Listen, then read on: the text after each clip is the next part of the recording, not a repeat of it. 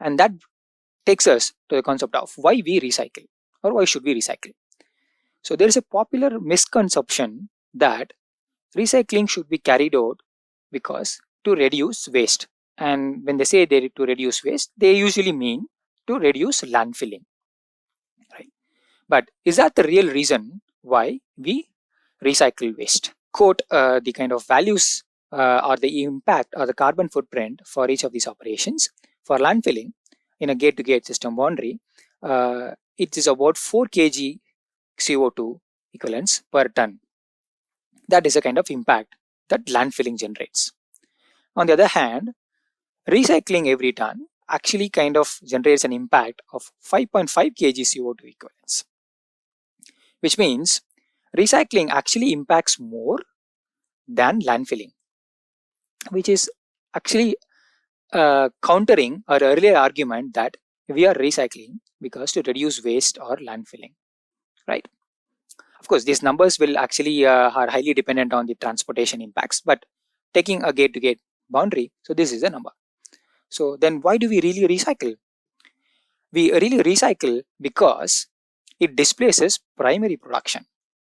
See, for instance, for pristine aggregates, production of every ton actually generates an impact of 12.5 kg of CO2 equivalents. On the other hand, recycling only generates about 5.5 kg CO2 equivalents for every ton being recycled. So therefore, net to net, the savings is actually about 7 kg CO2 equivalents per ton if we pursue recycling. So that is the predominant benefit that we get from recycling. But the caveat here is it is basically has to displace the pristine aggregates production for every ton of recycling. So what are the broad benefits of recycling?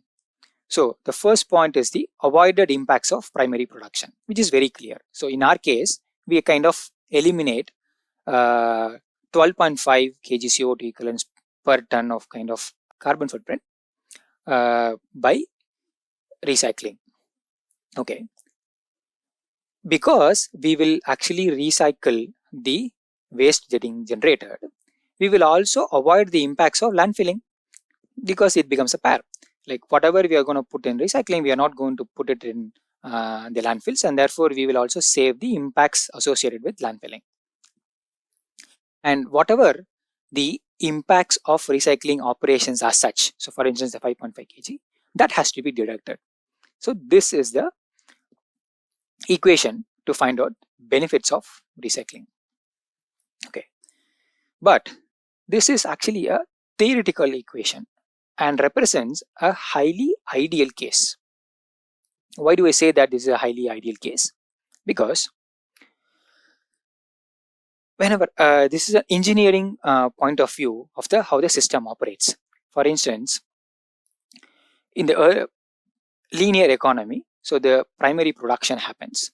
Then in the use phase or operations phase, for instance, in construction or constructed facilities, the materials, say pristine aggregates, are being used. And after demolition, it kind of entered landfill earlier.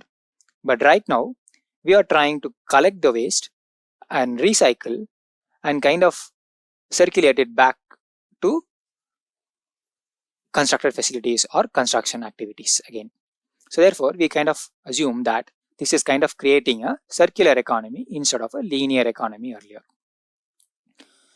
There is a significant assumption here that we are missing. What is that? Is, for instance, for every 1 ton of C&D waste that we collect, there is nobody who sits at a quarry and says, hey, let's quarry 1 ton less because we have actually collected 1 ton of C&D waste in our recycling facility. Does it happen? No. So our assumption of taking the recycled products and again using it back and eliminating the primary aggregate looks slightly unreliable now, is it not? Why? Because our system in an engineering point of view, what we missed out is the materials market and its mediating role between production and consumption. For instance, the primary products come into the materials market and the recycled products also come into the materials market, right? And therefore, there is a competition between the primary products and the secondary products, which happens in the materials market. And the use phase kind of gets its material from the materials market, right? And therefore, market plays a crucial role in the economic system. And this is where the assumption of displacing primary production kind of gets questioned. For example, let's take that there are two products which are substitutes. In our case, pristine aggregates and recycled aggregates. Supply of an increased supply of one or an incentive for one of it will actually result in reduced prices for both products. How am I saying this? For instance, let's assume we have a system where there is a constant production of natural aggregates or pristine aggregates. Now suddenly we are recycling, say, X quantity of waste and producing X quantity of recycled aggregates and bringing the recycled aggregates to the same market where even primary products are being sold.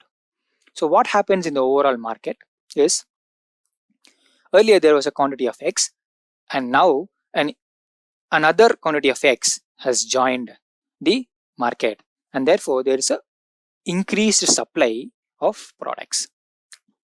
Whenever there is a higher amount of supply, what happens is price kind of drops, right? And therefore this happens with recycled aggregates. Let's assume, because for various reasons in terms of the barriers associated with cognitive aspects, the unfavorable attitudes, recycled aggregates or in terms of the incentive that the government gives for recycling, let's assume that the recycled aggregates prices are less. What happens is then people will start consuming recycled aggregates as compared to natural aggregates because there is a price advantage. Now, looking at this, the primary production counterparts will want to also sell their products, and therefore they will start reducing their prices so that they can compete with the recycled aggregates, right? So this kind of becomes a cascading issue where both products will finally get reduced prices, and because of the reduction in prices, the consumption of these products will again go up because anyway it's now cheaper, and therefore consumers will always buy things when it is cheaper. So we have seen there is a inverse relationship between the quantity demand and the prices.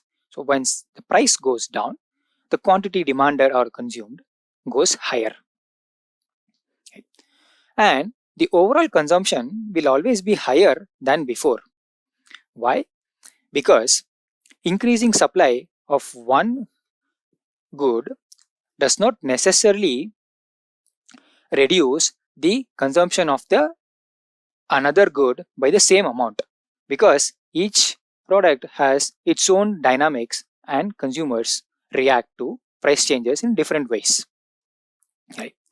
So therefore consumers respond to price changes, and the market size is actually not fixed, right? It's not a very zero sum game where we have an extended supply of extraction being happening, and therefore the market size keeps growing and growing, and consumption increases because of the reduced prices for both of the products. And that's not all, because the competition can again shift to other markets too because of this phenomenon. For instance, while we assume that recycled aggregates are actually competing with pristine aggregates, in the real materials market that may not be the case, and recycled aggregates might start competing with other alternative aggregates such as fly ash aggregates or crusher dust or any other products which are slightly less harmful as compared to the pristine aggregates. And remember, the impact for recycled aggregates is somewhere about 5.5 kg CO2 equivalents per ton. And what is the impact for something like a crusher dust, which is predominantly used as a filling option in most of the projects. Therefore, right now, the real benefit that we were earlier looking at in terms of difference between recycling, which is 5.5, and pristine aggregates, which is about 12.5, has suddenly dropped down to the competition between a crusher dust, which is again somewhere close to again 4 or 5, and recycling, which is again 4 or 5.5. So the benefits that we were envisaging earlier are not so clear or apparent right now. Why this happens? Because of the price effect that is induced by the market forces and the competition that happens in the materials market. So we can safely conjecture that there is an inefficient displacement that could actually lead to rebound effects or unintended consequences at different economic levels. This can happen at a particular market with respect to recycle aggregates and pristine aggregates, or it can happen in the overall market with respect to several other alternatives such as rice aggregates or crusher dust. Or it can also kind of start entering into competition in completely different markets and influence the resource allocation at a macro or even a global level as well. So now, we have talked about there is a competition that happens in the material markets, and therefore we would want to know what is the percentage of primary production that gets displaced by the secondary production.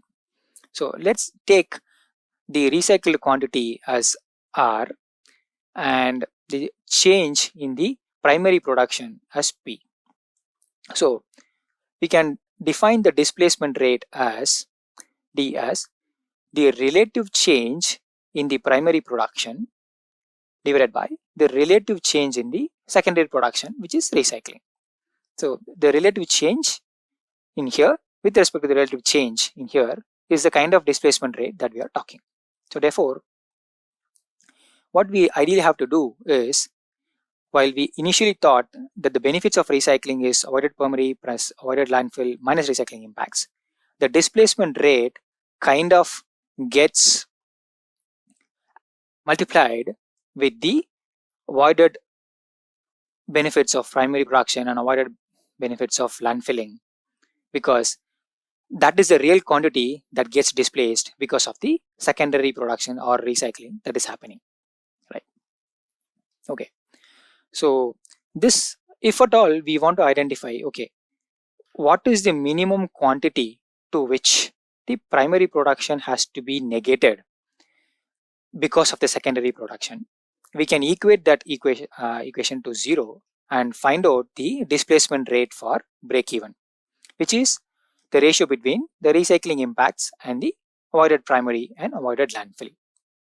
We'll have to note that this equation is significantly dependent on a particular impact category for a particular material for a particular system boundary as well. So this keeps changing whenever the impact indicator as well itself is changed. If I take the carbon footprint, which the data for which I have just shown earlier, the break-even displacement rate for recycled aggregates is basically comes out around 33%. What it really means is, for every 1 ton of recycling that we system, it has to displace at least 33% of the equivalent quantity of pristine aggregates production, which means if the pristine aggregates production was 100 tons earlier and now the recycled aggregate is produced about for say 10 tons, right? Then your corresponding 33% decrease in your pristine aggregates production must happen so that we do not increase the overall impact on the environment, right? And if the displacement or the actual displacement, an actual displacement can actually vary from 0 to 100, right?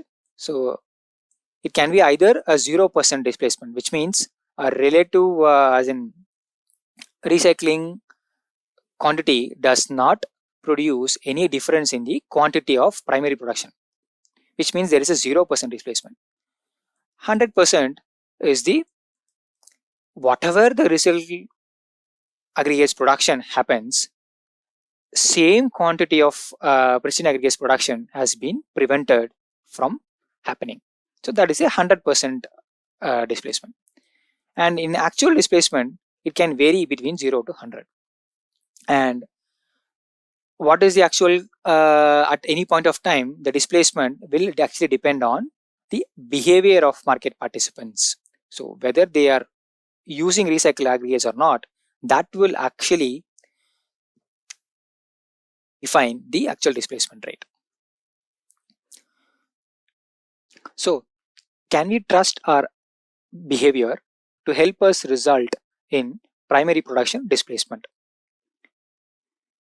The study in behavioral economics says no.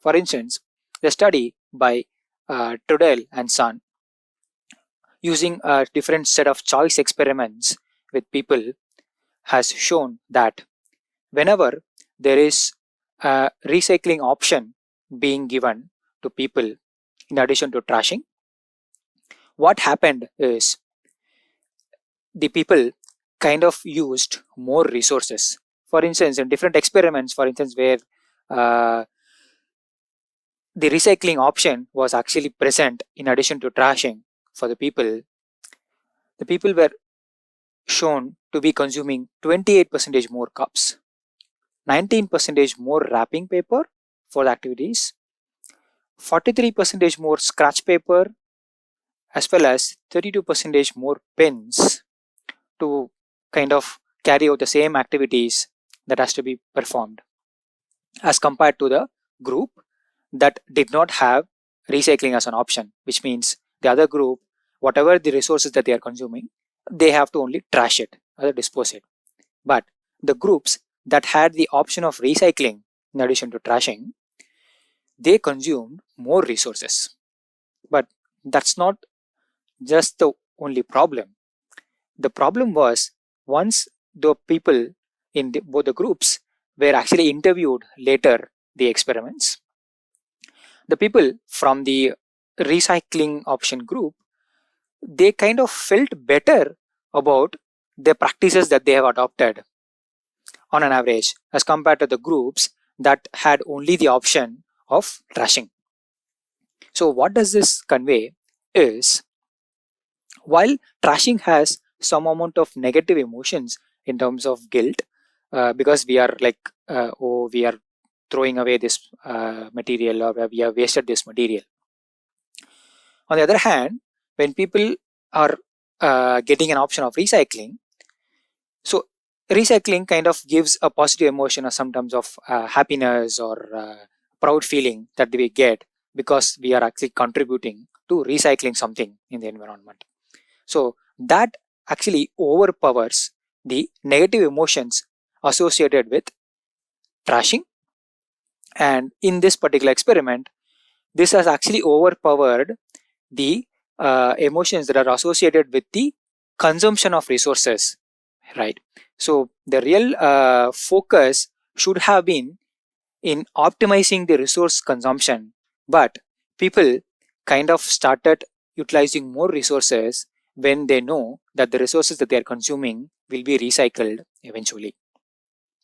That is, the kind of message that campaigns in terms of recycling and circular economy have done is to actually project trashing as bad and recycling and other aspects as good. While in general, all the aspects or all the options were actually bad. So therefore, the options should have been campaigned as bad, very, very bad. On the other hand, because there is a good marketing with respect to recycling and other similar art strategies, people have shifted away from optimizing their primary resource consumption to kind of start using more resources because they believe that it will anyway be recycled.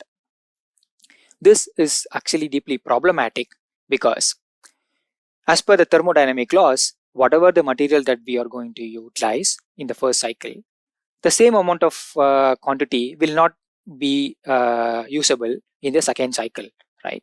Even in highly recycling systems such as in metals, we really don't see it. And therefore, the kind of extraction or primary material extraction that is going to happen because of the increased consumption of resources is the bigger concern that is actually standing before us. So the implications of this study is the recycling is beneficial only if the harmful primary production is prevented, right? See, for instance, let's take the concrete specification, right? For a non-structural concrete, we usually specify somewhere at M10, M5 and so on. For a residential slab and so on, we usually kind of see the specifications as M25 or M30 grade of concrete. And for bridges where there is high strength and durability requirements, a higher grade of strength of concrete such as M60 or above is can be seen in specifications. But when you see the aggregate specification, there is, be it any difference in terms of the performance requirement or the applications to which they have been put, the aggregate specification will be like plain and normal without having any performance oriented specifications there, right? So how does this affect is, because we do recycling, the overall consumption can only increase because of the price effect due to market forces that we have seen.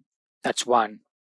And sometimes even the competition kind of shift from a high impact material to a completely low or lesser harmful material such as crusher dust, and therefore can even display something which is less harmful than the real impacts that we generate because of pursuing recycling activities.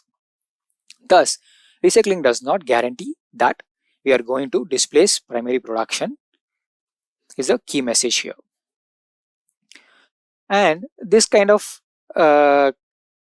is emanating because of the kind of engineering system view that we look at the system. For instance, whenever you look at from the use phases, whatever the material that has been discarded, which are collected, can actually be through either repaired or refurbished or put to recycling. People think that it will again keep going in these loops, and therefore we may not be generate or we will probably be contributing environmental benefits to the environment.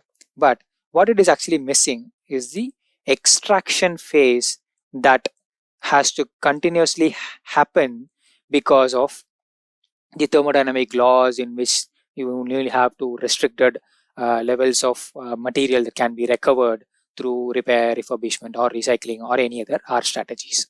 And thus this perspective of the economy kind of misses the overall point in terms of how the market sizes can grow and how we are continuously dependent on harmful primary production. So in an economist view, whatever the R strategies that we look at, they always produce or contribute the products to a market, be it is a material market or a component market or a products market, where the primary counterparts also come in, and these products kind of compete with each other, and the use phase kind of is taking its material dependence from the markets rather than whatever that is being from the recycling facility. And thus the material markets and the role of market kind of influences which material to be displaced with respect to the competing product. So to kind of summarize the lessons that we have discussed so far, whatever the let's take this curve where in the x-axis there is a production in terms of number of units, and in the y-axis we are putting the impacts. And for a primary production activity, say pristine aggregates, the curve is usually steeper. For instance, if you recall, there's about 12 kg CO2 equivalents per kind of impacts that we generate for every ton of pristine aggregate production. Any circular economy activity such as recycling is actually aimed at slanting this curve so that per unit impact of recycling or production of secondary materials kind of is reduced, and therefore we get some amount of benefits. For instance, an equivalent amount of production of primary product through the circular economy activities such as recycling kind of generates a reduced per unit impact of the overall production. And therefore, as compared to the earlier system, this is the potential benefit that we could see from pursuing recycling. But we have just seen that whenever recycling products are being put in the market, there is a market forces and there is a price effect loop that gets triggered, and therefore the production is not really the same, but it kind of increases, right?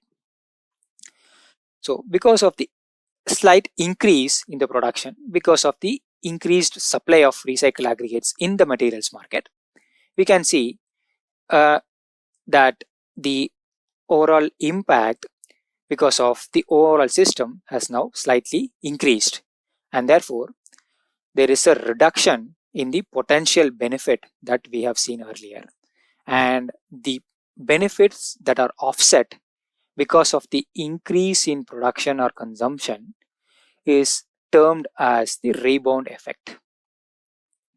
So this is the phenomenon because of which the overall benefits gets offset by the efficiency improvements such as recycling activities and the corresponding increase in the production or consumption. However, there might also be a case where your production kind of increase significantly, because of which the resultant impact on the environment could stay at a level of E2, a new level, which can be higher than the earlier level where we did not have any recycling activity at all. And this is the situation which we term as backfire, because while we thought that recycling could actually benefit the environment, because of the market forces and the increase in the production and consumption, the overall net impact on the environment has actually increased, and therefore the resulting recycling activity has actually produced a backfire effect. To consolidate the lessons, the recycling activities can either raise or lower production quantities, and recycling activities, the secondary impacts of the relative to primary production can also be either lower or higher, right? So if there is no change in or the change in production quantity is actually lower than the earlier system, and your secondary impacts are producing recycled aggregates, let's say the impact is lower than the pristine aggregates, which means there is lower, then you have a lower net impact. So this is actually a better system, and whatever activities that kind of fall in this quadrant are actually better for the environment.